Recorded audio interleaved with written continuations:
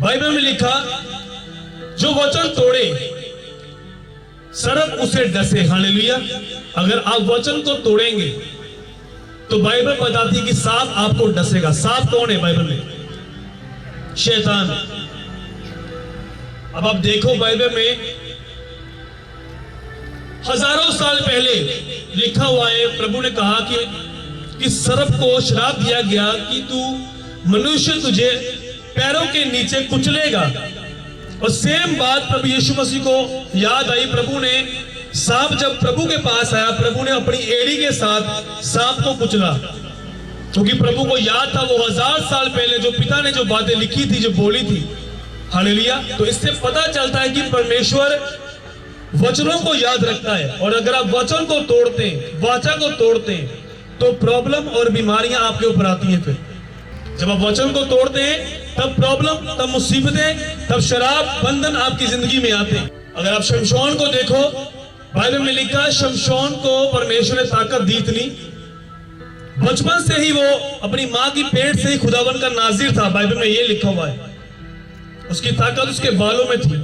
लेकिन वो जब एक वैश्या औरत उसे मिली, उसके बाद जब वो गया, जब उसने परमेश्वर के वचन को तोड़ा, वो औरत उसके शत्रु के साथ मिली हुई थी। और जब उसने अपना राज बताया कि मेरे बालों में मेरी ताकत है और मेरे बालों के ऊपर शुरा नहीं फिरा बचपन से ही, तो जब उसने बाल काट दिए, उसके शत्रुओं ने आकर उसकी आंखें फोड़ दी, शमशोन मर गया।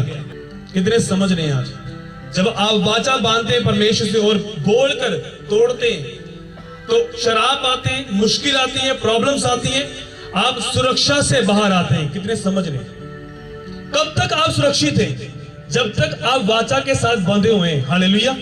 कितनों को समझ आ रही है? जब तक आप चर्च के साथ जुड़े, प्रेयर में है, फास्टिंग में है, पवित्रताई में है, सब कामों को पूरा कर रहे हैं, तब तक आप सुरक्षित हैं। जैसे आपने वचन को तोड़ दिया, तभी शैतान काम करेगा।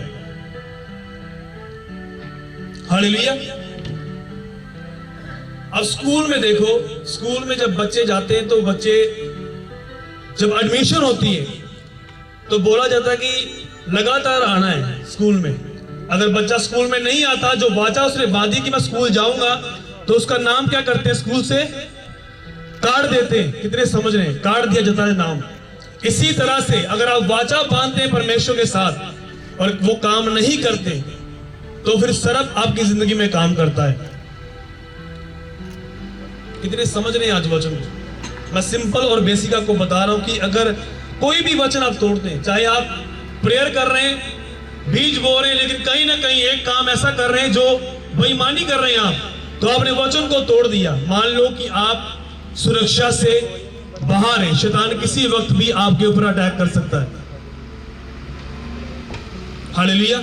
और बहुत सारे विश्वासी ऐसे हैं जो आज इसी प्रॉब्लम के नीचे हैं। वो लगातार ले हैंड करवा रहे हैं, लगातार बीज बो रहे हैं, लेकिन कहीं ना कहीं वो वचनों को तोड़ रहे हैं। उनको नहीं पता कि ये शराब, ये बंधन जो मेरी जिंदगी में काम कर रहे हैं, ये उसी कारण है। अगर आज आप वचन को समझ गए तो आप ब्लेस होने के लिए जा रहे हैं। यीशु मसीह के सामर्थ्य समर्थी नाम। शैतान की प्लानिंग है कि आप वचन को ना सुने। वो ये चाहता कि आप बस इधर उधर की बातें सुने, आपका ध्यान वचन के ऊपर ना जाए। अगर वचन के ऊपर ध्यान जाएगा तो कलीसिया जो है स्ट्रॉन्ग हो जाएगी आत्मा में और ग्रेस को ग्रहण कर पाएगी। वो ये नहीं चाहता।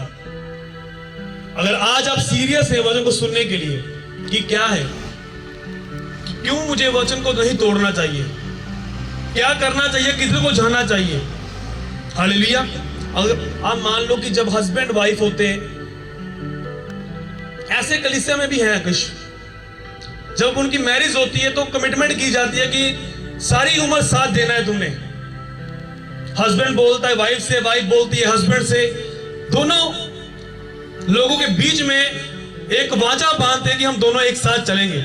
लेकिन आगे जाकर जब मुश्किलें आती हैं, प्रॉब्लम्स आती हैं, तो उनके जो नेचर है वो बदलना स्टार्ट होता है। बोलते कि मैं तेरे साथ नहीं रह सकता, वो बोलती मैं तेरे साथ नहीं रह सकती।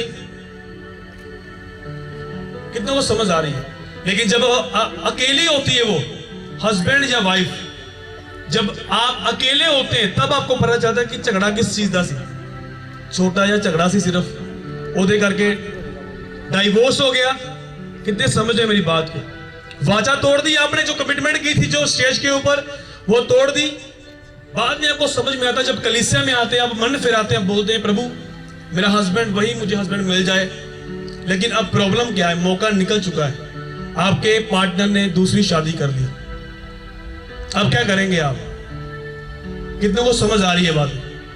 अगर आप समझ जाए कि वो छोटी सी, आपको महसूस होता है कि छोटी सी गल सी, छोटे छोटे गल्ला के ऊपर झगड़े कर रहे थे आप, लेकिन आपने वाचा तोड़ दी। वो जो स्टेज के ऊपर सारे लोगों के बीच में जब आपकी मैरिज हुई थी, आपने वो कमिटमेंट तोड़ दी। इसलिए आज आपके हस्बैंड ने कहीं और शादी कर ली है और आप कलीसिया में बैठकर रो रहे हैं कि अब मैं क्या करूं।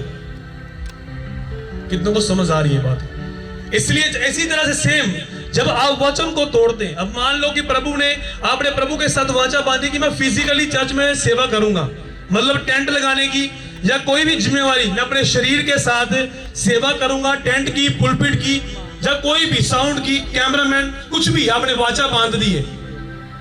लोग सोचते हैं कुछ नहीं होता, ऐसा कुछ नहीं होता, असर होता है। हालेलुया। अब आपने शारीरिक तौर पर बोला कि मैं अपने शरीर से सेवा करूंगा। प्रभु ने क्या किया, आपकी सेवा को देखकर आपको एक अच्छी जॉब दे दी, गवर्नमेंट जॉब दे दी आपको। अब आप क्या बोलते हैं कि अब मैं चर्च में नहीं आ सकता, अब मैं अपने पैसे के साथ सिर्फ चर्च की मदद करूंगा, सपोर्ट करूंगा। आपने क्या किया? आपने कौन सी वाचा बांधी थी? मैं अपने शरीर से उसकी सेवा करूंगा। मान लो कि सुबह दरियां बिछनी है तो मैंने बिछानी थी, लेकिन आप बोल रहे हो मैं पैसे भेज सकता हूं, चर्च में नहीं आ सकता, मैं वो सेवा नहीं मैं कर सकता। आपने वाचा तोड़ दी, और जब वाचा टूटती है तब सांप आपकी जिंदगी में काम करता है। आमीन नहीं बोलना। हालेलुया। कितने समझ रहे हैं आज वचन को?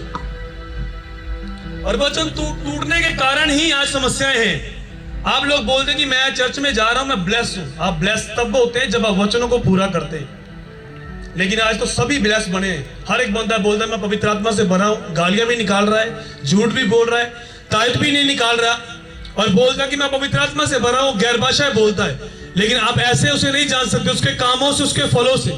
आपको ब्लेस कौन कर सकता है? जो खुद ब्लेस है।